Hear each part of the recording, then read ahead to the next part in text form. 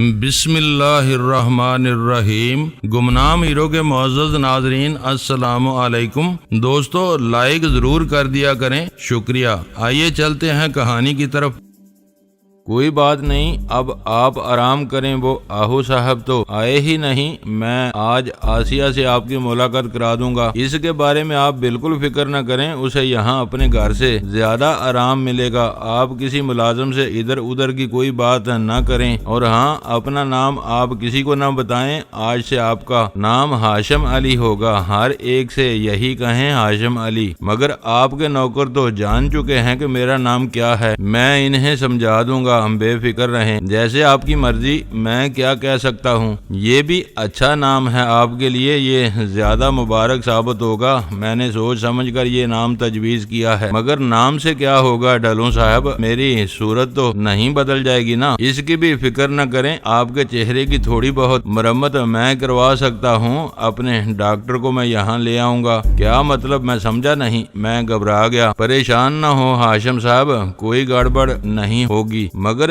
جو کچھ میں کروں گا اس سے آپ ہمیشہ کے لیے پولیس کے جھنجٹ سے بچ جائیں گے۔ یہ کہہ کر وہ تیز تیز قدم اٹھاتے ہوئے باہر نکل گئے۔ کچھ ہی دیر بعد سروری خانم کا سوٹ کیس لے کر ایک ملازم میرے پاس آیا اور بولا، صاحب اس میں آپ کا سامان رکھا ہے، حجامت بھی بنا لیں، بال دیکھیں آپ کے کتنے باڑ آئے ہیں۔ یہ کہہ کر اس نے وہ سوٹ کیس میرے سامنے رکھ دیا اور خود باہر نکل گیا۔ میں نے غسل خانے میں جا کر شیو کیا اور منہ ہاتھ دھو کر لیٹ گیا۔ زندگی ناسور بنتی جا رہی تھی، اب مجھے ہاشم علی بن کر بھی زندگی گزارنا پڑے گی۔ میں سمجھتا تھا کہ ڈھلوں صاحب کی پناہ میں آ کر میں ہر بلا سے محفوظ ہو گیا ہوں۔ ان کا رویہ میرے ساتھ بہت ہی اچھا تھا، جس نے میرے دل میں نیا حوصلہ پیدا کر دیا تھا، مگر اس روز جو کچھ ہوا تھا اس کی وجہ سے سب کچھ ہی الٹ پلٹ ہو کر رہ گیا تھا۔ میں ایسا مٹیال بن کر رہ گیا تھا جس میں سے مسلسل مٹی کھودی ہی جا رہی تھی،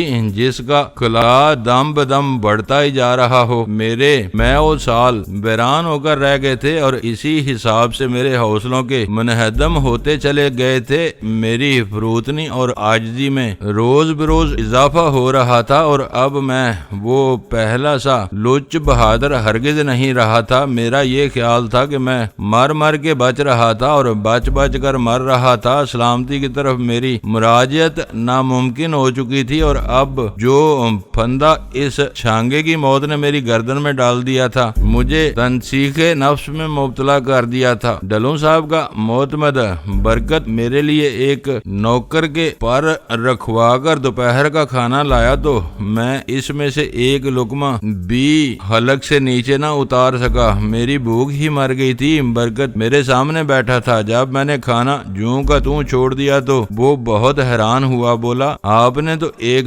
برکی بھی نہیں توڑی، خیر تو ہے؟ میری طبیعت ٹھیک نہیں ہے برکت بھائی، کسی چیز کو دل نہیں چاہتا۔ کمال ہے، ادھر چودھری صاحب نے بھی کھانے کو ہاتھ نہیں لگایا ہے، کیوں ان کی طبیعت خراب ہے کیا؟ وہ جی چودھری صاحب کا ایک ملازم تھا چھانگا، کسی نے ادھر چھامب کے پاس قتل کر دیا ہے۔ اچھا، تمہیں کس نے بتایا؟ وہ جی پولیس اس کی لاش اٹھوا کر لے گئی ہے، وہ بھی آئے تھے، چودھری صاحب سے بات ہوئی تھی ان کی۔ اچھا، پھر پتا چلا ہے کہ کس نے اسے قتل کیا ہے؟ وہ جی ایک اس کا پرانا دشمن ہے، یہاں گاڑی نام اس کا، پولیس اسے پکڑ کر لے گئی ہے، اسے ادھر انہوں نے چھامب میں ہی پکڑا ہے۔ چودھری صاحب نے کیا کہا؟ وہ کیا کہتے، وہ تو خود بہت تنگ تھے اس سے، بہت برا کیا ہے اس نے چودھری صاحب کا۔ نقصان؟ وہ کیسے؟ وہ جی بڑی لمبی بات ہے، وہ پہلے چودھری صاحب کا مزارہ تھا، مگر پھر چودھری صاحب نے اسے بے دخل کر دیا۔ اس سال کی بات ہے، اسے گاؤں سے بھی نکالنا چاہتے تھے، مگر پچھلی فصل آئی تو اس نے دھان کے کھیت کو آگ لگا دی۔ اس نے چودھری صاحب کی 2 گھوڑیاں بھی چرا لی، مگر کوئی کھرا نہ ملنے کی وجہ سے وہ بچ گیا۔ اس چھانگے سے کئی بار اس کی لڑائی ہو چکی ہے۔ کس بات پر لڑائی ہوئی تھی ان کی؟ جی وہ گاڈی کی ایک بہن تھی جیراں، اسی بات پر ان کا 3 بار جھگڑا ہوا۔ پھر کیا ہوا؟ میں نے حیرت زدہ ہو کر پوچھا، پھر کیا جی؟ میں نے سنا ہے کہ کسی نے اسے اغوا کر کے ادھر وہاں ادا پہنچا دیا، یہ 4 مہینے پہلے کی بات ہے۔ اس بات پر گاڑی نے بہت واویلا مچایا، مگر وہ جیرا کہیں ملی ہی نہیں۔ وہ کئی بار وہاں رادا جا چکا ہے، مگر جس پتے پر وہ جاتا ہے وہاں وہ لڑکی ملتی ہی نہیں تھی۔ تو اس سے یہ کہاں ثابت ہوتا ہے کہ لڑکی چھانگے نے اغوا کی تھی؟ میں نے یہ تو نہیں کہا ہے صاحب جی، پر شک وہ اسی پر کرتا تھا۔ آج موقع ملتے اس نے چھانگے کو مار دیا۔ کوئی گواہ بھی ہوگا اس بات کا؟ وہ جی اپنا چراغ ترخان ہے، اس نے پولیس کو یہی بتایا ہے۔ لاش ادھر چھمب کے پاس جو ریتا ہے نا وہاں پڑی ہوئی تھی۔ وہ کہتا ہے کہ اس نے گاڑی کو لاش کے قریب کھڑے دیکھا تھا۔ اور بھی کسی نے گواہی دی ہے؟ جی ہاں، میتا خان نے بھی یہی کہا ہے کہ وہ کہتا ہے کہ اس نے گاڑی کو چھمب کی طرف دوڑتے دیکھا تھا۔ وہ ذرا آگے گیا تو ریتے میں چھانگا مرا پڑا تھا اور گاڑی چھمب کی طرف دوڑ رہا تھا۔ تو یہ بات ہے چودھری صاحب کی پریشانی، قدرتی بات ہے۔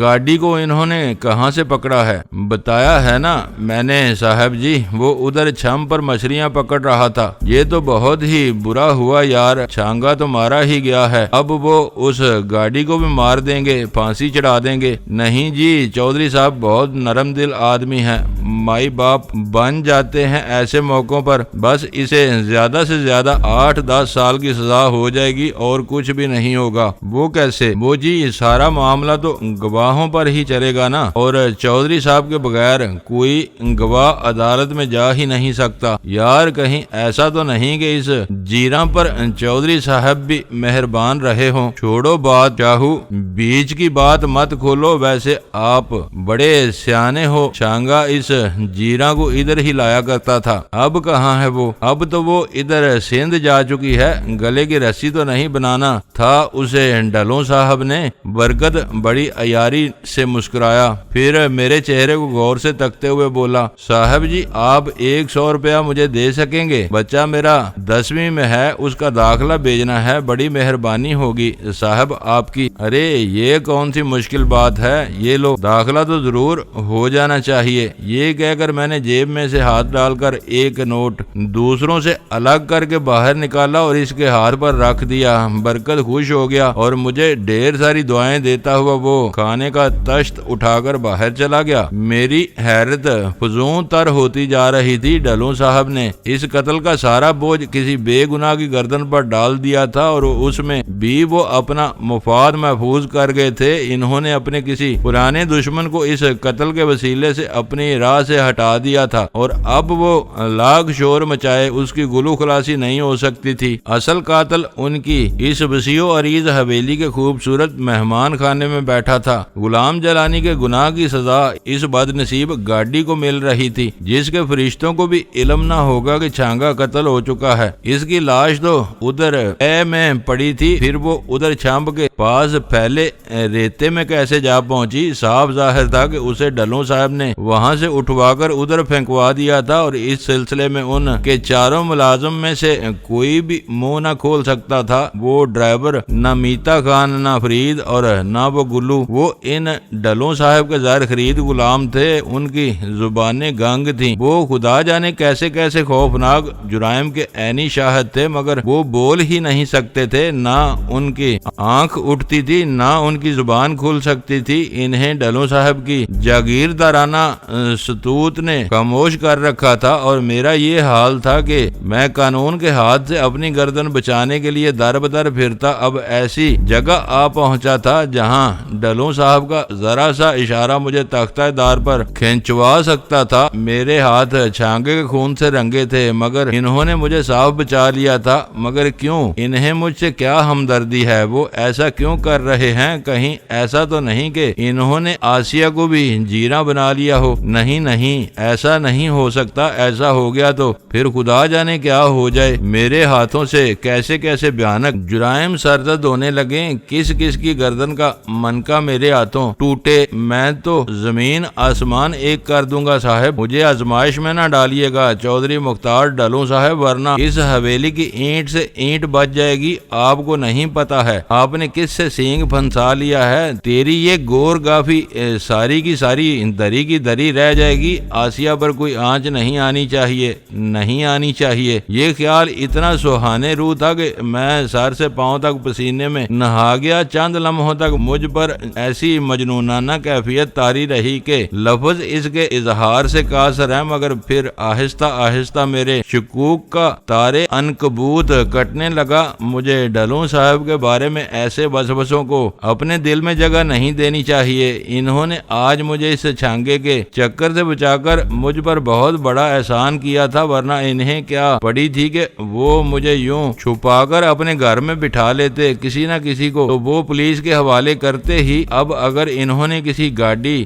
نام کے آدمی کو قربانی کا بکرا بنا لیا تھا تو اس میں بھی ان کی کوئی مصلحت ضرور ہوگی۔ میں تو بہرحال محفوظ ہو گیا تھا۔ میں نے معاملے کے تمام پہلوؤں پر غور کر کے اپنے سارے خدشے ذہن سے جھٹک دیے۔ ایک بات صاف ظاہر تھی کہ ڈھلوں صاحب اپنے معاملہ فہمی میں اس آہو سے 100 ہاتھ آگے تھے جس نے مجھے ذلیل کر دیا تھا۔ آہو تو ان کا پاسنگ بھی نہیں تھا۔ انہوں نے جس حکمت اور دانائی کا مظاہرہ اس چھانگے کے معاملے میں کیا تھا وہ میرے لیے باعث حیرت بھی تھا اور باعث اطمینان بھی۔ آسیہ کے سلسلے میں جو شکوک میرے دل میں ابھرے تھے ان کے ازالے کے لیے میں نے بہرحال فیصلہ کر لیا کہ اب جیسے ہی میری ڈھلوں صاحب سے ملاقات ہوئی میں انہیں مجبور کروں گا کہ وہ آسیہ کو میرے حوالے کر دیں۔ میں اور زیادہ دیر انتظار نہیں کروں گا۔ سورج چھپنے میں ابھی آدھا گھنٹہ باقی تھا کہ ڈھلوں صاحب مہمان خانے کے احاطے میں نمودار ہوئے۔ چوکیدار اس گھڑی دروازے میں اسٹول پر بیٹھا اونگ رہا تھا۔ انہوں نے اسے یوں بے خبر دیکھا تو بڑے زور سے اسٹول کو ٹھوکر مار کر چوکیدار کو زمین پر گرا دیا۔ وہ علی زئی بڑبڑا کر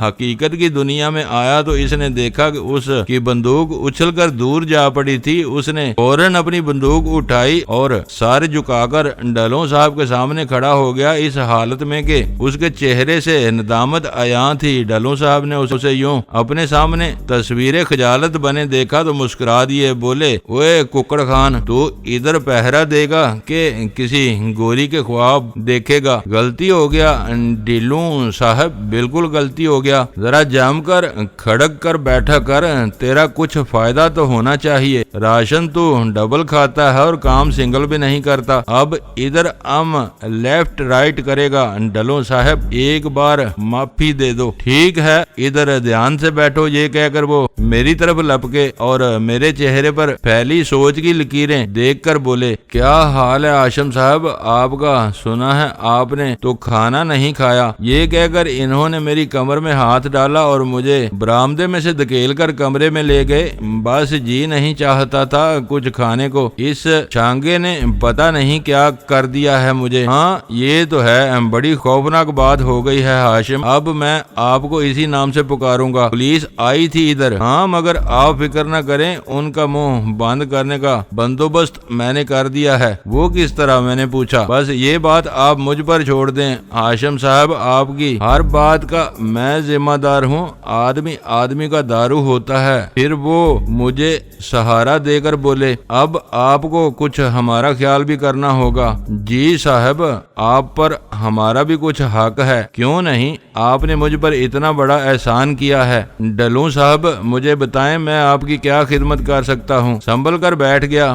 بلا شبہ اس نے مجھے خرید لیا تھا۔ دیکھیں پرسوں 11 بجے ادھر نامزدگیوں کے کاغذات جمع کیے جا رہے ہیں، مرکزی اسمبلی کے لیے انتخابات ہو رہے ہیں نا؟ جی ہاں، وہ ہادی علی بھی انتخاب ہی لڑ رہا تھا۔ ہاں، وہ مسکرائے، بولے، مگر یہاں کسی کو ہادی علی کی ضرورت نہیں ہے۔ مجھے اس خون خرابے سے سخت نفرت ہے۔ آپ کو میں صرف اتنی زحمت دوں گا کہ میرے مد مقابل ملک کو پرسوں شہر نہ پہنچنے دیں۔ میں سمجھا نہیں، میں نے سنبھلتے ہوئے کہا۔ بات صرف اتنی ہے کہ اسے آج رات گھر سے غائب کر دیں، اسے اغوا کر کے پرسوں شام تک کسی ایسی جگہ بند رکھیں کہ وہ نامزدگی کاغذات داخل نہ کروا سکے۔ اس سے آپ کو کیا فائدہ ہوگا؟ فائدہ یہ ہوگا کہ دوسرے 2 آدمی جو ہمارے مقابلے پر ہیں وہ تو اپنی ضمانتیں ضبط کرا بیٹھیں گے، ایک کو تو شاید میں آج ہی بٹھا ہی دوں، اسے میں نے رقم کا لالچ دیا ہے، دوسرا امیدوار بھی یوں ہی سا ہے۔ میرا اصل مقابلہ رحمت علی سے ہے، اگر وہ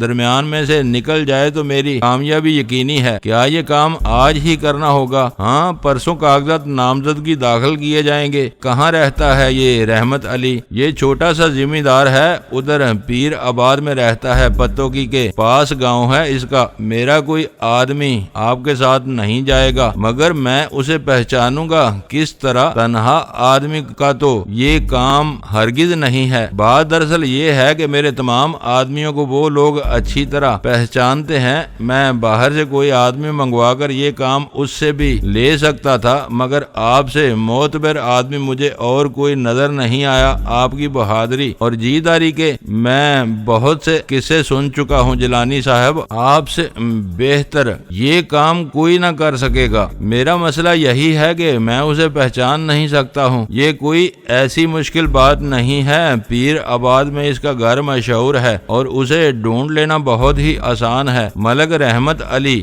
ویسے ڈلوں صاحب، اگر میں اس سے اپنی معذوری کا اظہار کر دوں تو میں نے سگریٹ کو راکدان میں مسل دیا۔ ڈلوں صاحب نے تیزی سے پہلو بدلا اور میرے چہرے کو غور سے دیکھتے ہوئے بولے، مجھے معلوم ہے جیلانی صاحب، آپ کے لیے یہ کام کچھ مشکل نہیں ہے، کیونکہ جس دانائی اور دلیری کی اس میں ضرورت ہے وہ آپ میں موجود ہے، لیکن اگر آپ اس کام کو نہ کرنا چاہیں تو یہ آپ کی مرضی ہے۔ میں نے آج چھانگے کے قتل کے بعد آپ کو جو بچایا ہے تو یہ میرا فرض تھا۔ آپ میرے مہمان ہیں اور میں نے آپ کو پناہ دی ہے، مجھے آپ سے کوئی گلہ نہیں ہوگا۔ ان کا لہجہ بتدریج معمول پر آتا چلا گیا، ان کے چہرے سے قطعاً یہ عیاں نہیں ہوتا تھا کہ میری بات سے انہیں مایوسی ہوئی ہے یا وہ ناراض ہو گئے ہیں۔ ان کے احسان کو مد نظر رکھتے ہوئے میں نے ساری صورتحال پر غور کیا تو مجھے محسوس ہوا کہ اب صرف میری جان ان کے قبضہ قدرت میں آ چکی تھی، بلکہ آسیہ بھی انہی کے رحم و کرم پر تھی۔ میری معمولی سی لغزش یا بے حسابی ہم دونوں کو ہمیشہ کے لیے تباہ کر سکتی تھی، کیونکہ چھانگے کے قتل کے کئی عینی گواہ موجود تھے۔ میں آپ کا شکر گزار ہوں کہ آپ میرے بارے میں ایسے خیالات رکھتے ہیں۔ میں رحمت علی کو آپ کے راستے سے ہٹا دوں گا، میں نے فیصلہ کن انداز سے کہا۔ اب میرے لیے انکار یا فرار کی کوئی راہ کھلی نہیں رہ گئی تھی۔ مجھے اب کسی کو قتل نہیں کرنا تھا، بلکہ ڈلوں صاحب کے ایک مد مقابل کو تھوڑی دیر کے لیے منظر سے غائب کر دینا تھا، اور بس یہ کوئی ایسی بڑی بات نہیں تھی۔ مجھے آپ کا یہ جواب سن کر خوشی ہوئی ہے جیلانی صاحب۔ ابھی سورج چھپنے پر آپ کو برکت پچھلے دروازے سے نکال دے گا، وہ آپ کو ایک گھوڑی بھی دے گا اور آپ کے ہتھیار بھی، بس آج رات یہ کام ہو جانا چاہیے۔ یہ کہہ کر وہ کرسی سے اٹھ گئے۔ آپ بے فکر رہیں، ایسا ہی ہوگا۔ میں نے عرض کیا تھا کہ مجھے آسیہ سے ملا دیں، اس کے بارے میں بالکل فکر مند نہ ہوں جیلانی صاحب، سمجھیں کہ وہ اپنے بڑے بھائی کے گھر میں ہیں۔ آپ واپس آئیں گے تو میں اس سے آپ کو ملوا دوں گا، مجھ پر بھروسہ رکھیں جیلانی صاحب، وہ یہاں بالکل محفوظ ہے۔ پھر بھی مجھے اس سے ملوا دینے میں آپ کا کیا حرج ہے؟ حرج تو کوئی نہیں ہے، مگر ابھی آپ کے پاس وقت کہاں ہے؟ جلدی سے پیر آباد کے لیے تیار ہو جائیں، آسیہ سے کل بھی ملاقات کی جا سکتی ہے۔ یہ بات انہوں نے کچھ ایسے لہجے میں کہی کہ میں ان کا منہ ہی تکتا رہ گیا۔ وہ تیز قدم اٹھاتے باہر نکلے تو میں نڈال سا ہو کر بستر پر گر گیا۔ میں چکی کے 2 پارٹوں میں دب کر رہ گیا تھا، میرے اپنے اختیار میں کچھ بھی نہیں تھا۔ میں اگر انکار کرتا تو وہ آسیہ کو کسی اور بلاخیز دریا میں پھینک دیتے۔ ڈلوں صاحب کے پاس آسیہ کو آہو نے خاص مقاصد کے لیے پہنچایا تھا، اور اب وہ میری اس مجبوری سے دوہرا فائدہ اٹھا رہے تھے۔ میں ڈلوں صاحب کا یہ نیا حکم ٹال ہی نہیں سکتا تھا، اور وہ مجھ سے وعدہ لے کر واپس جا چکے تھے۔ کوئی آدھا گھنٹے بعد برکت میرے پاس آیا، میرے دونوں ہتھیار لا کر میرے سامنے رکھ دیے، بولا، صاحب جی گھوڑی ادھر تیار کھڑی ہے۔ ڈلوں صاحب نے کہا ہے کہ آپ ابھی نکل جائیں مگر پہلے کھانا کھا لیں، وہ دیکھیں شوقہ آ ہی گیا ہے۔ میں نے برآمدے میں نظر ڈالی تو ملازم سر پر ٹرے رکھے اندر چلا آ رہا تھا، اور اس وقت میری بھوک چمک چکی تھی میرے لیے۔ اس وقت بھی انہوں نے خاص اہتمام کیا تھا۔ کھانے سے فارغ ہو کر میں نے ہتھیار سنبھالے اور کمبل کی بکل مار کر برکت کے ساتھ مہمان خانے کے عقبی حصے میں جا پہنچا۔ وہاں 8 ہاتھ اونچی دیوار میں ایک چھوٹا سا مضبوط آہنی دروازہ لگا تھا۔ اس کا تالا کھول کر مجھے برکت نے باہر نکال دیا۔ دروازے پر ایک دبلا پتلا سا ادھیڑ عمر آدمی چتکبری گھوڑی کی راس پکڑے کھڑا تھا۔ اس نے چمکار کر گھوڑی میرے حوالے کی تو برکت بولا، صاحب جی رب رکھا، واپسی پر آپ سیدھی ڈیوٹی میں آ جائیں اور اپنا نام ہاشم خان بتائیں۔ بہت بہتر جناب عالی، میں نے جلا کر کہا اور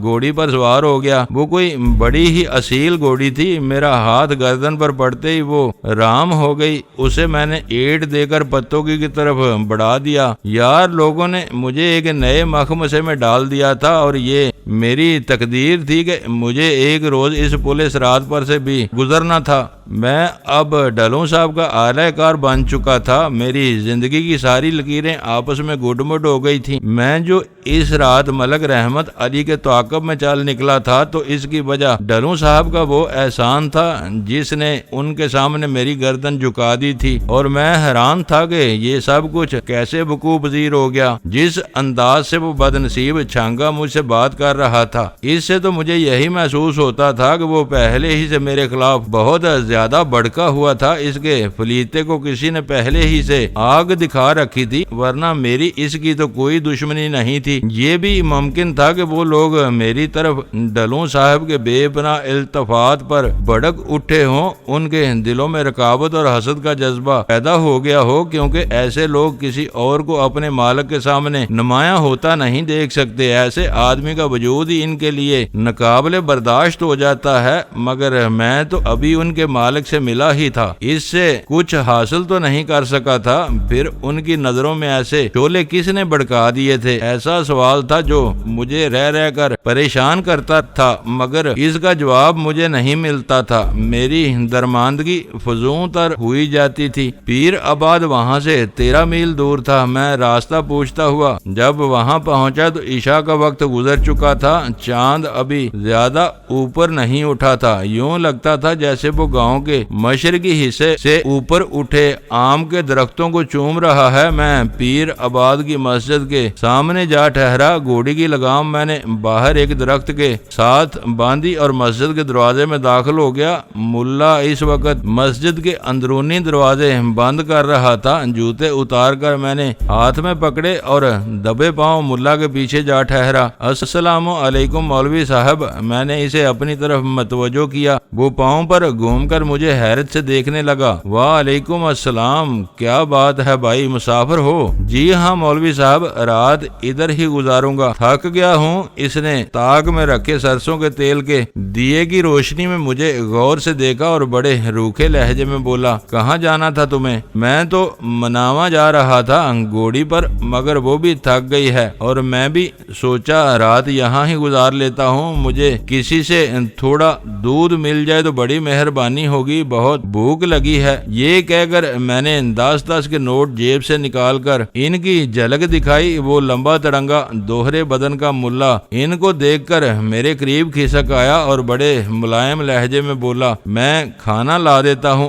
آپ کو، بھلا دودھ سے کیا ہے؟ نہیں، میرے پیٹ میں خرابی ہے، میں سخت چیز ہضم نہ کر سکوں گا، بس دودھ مل جائے تو بہتر ہوگا۔ یہ لیں رکھیں، میری طرف سے مسجد کا چندہ بھی اس میں شامل ہے۔ یہ کہہ کر میں نے 20 روپے اس کے ہاتھ پر رکھ دیے۔ وہ خوش ہو گیا، بولا، میاں صاحب خدا آپ کے درجات بلند کرے، اللہ کے گھر کی خدمت کا کتنا شوق ہے آپ کو، یہ تو ہر مسلمان کا فرض ہے مولوی صاحب۔ یہ لیں، آپ اس گھر کی اتنی خدمت کرتے ہیں، آپ کا حق تو ادا ہی نہیں کیا جا سکتا۔ یہ کہہ کر میں نے